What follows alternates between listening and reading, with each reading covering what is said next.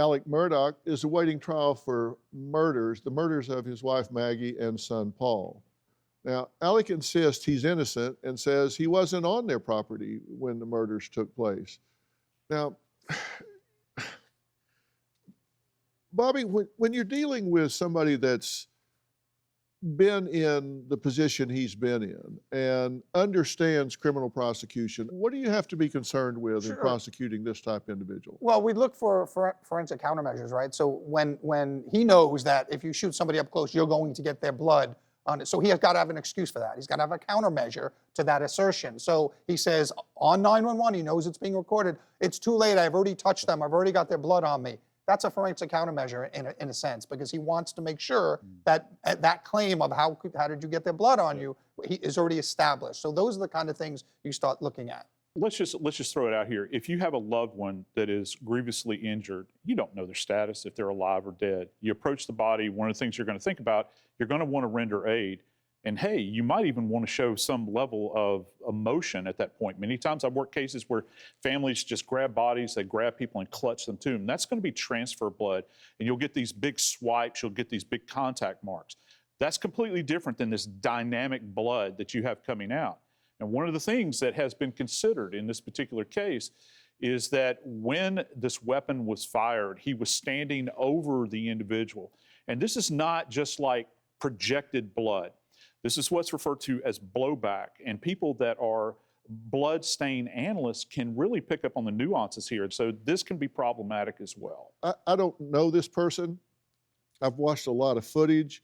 I've heard him speak. I've seen a lot of information about him, but I can't diagnose him. I can tell you if I was evaluating this person, on my short list of considerations would be narcissism.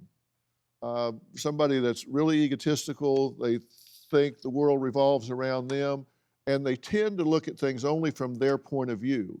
And I wonder if he has the expectation that when he calls in and says, here's what happened, he's kind of used to that being accepted. I'm sure he has that attitude. I mean, especially in this town, in this county, where his family has so much power and privilege. I'm sure that was part of his mental approach to this. Everything about this is not normal, right? Well, he told him more about his tire than he did his wife and his son. Yeah, that's right. He did. That's right. That's just not and there was something, normal. I'm sorry, there was something vacant relative to the 911 call from the scene of the shooting. He's very on point, and it almost has a manufactured tenor to it when you listen to it. It's absent a certain level of emotion. And to pick up on that, Joseph, Dr. Phil, in the 911 call, you can listen to the recording, and the recording actually starts a little bit earlier than when the operator comes on. So you hear silence, then it sounds like the operator's coming on, and then he starts crying. Yeah.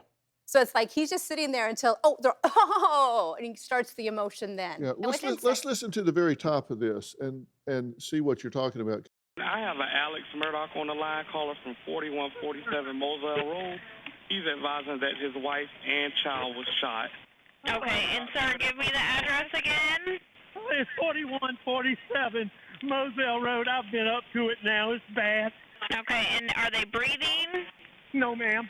Okay, and you said it's your wife and your son? My wife and my son. Are they in a vehicle? No, ma'am. They're on the ground out at my kennels. Okay, that's good. Now, while the man was saying, I've got so-and-so here, he wasn't making a peep in the background. Now, I've heard these, and they're running around in the background like their hair's on fire, they're up in the air. He was just standing there waiting to be introduced. Yeah. And as soon as emergency personnel got to the scene, he immediately told law enforcement that this had to do with the boat crash.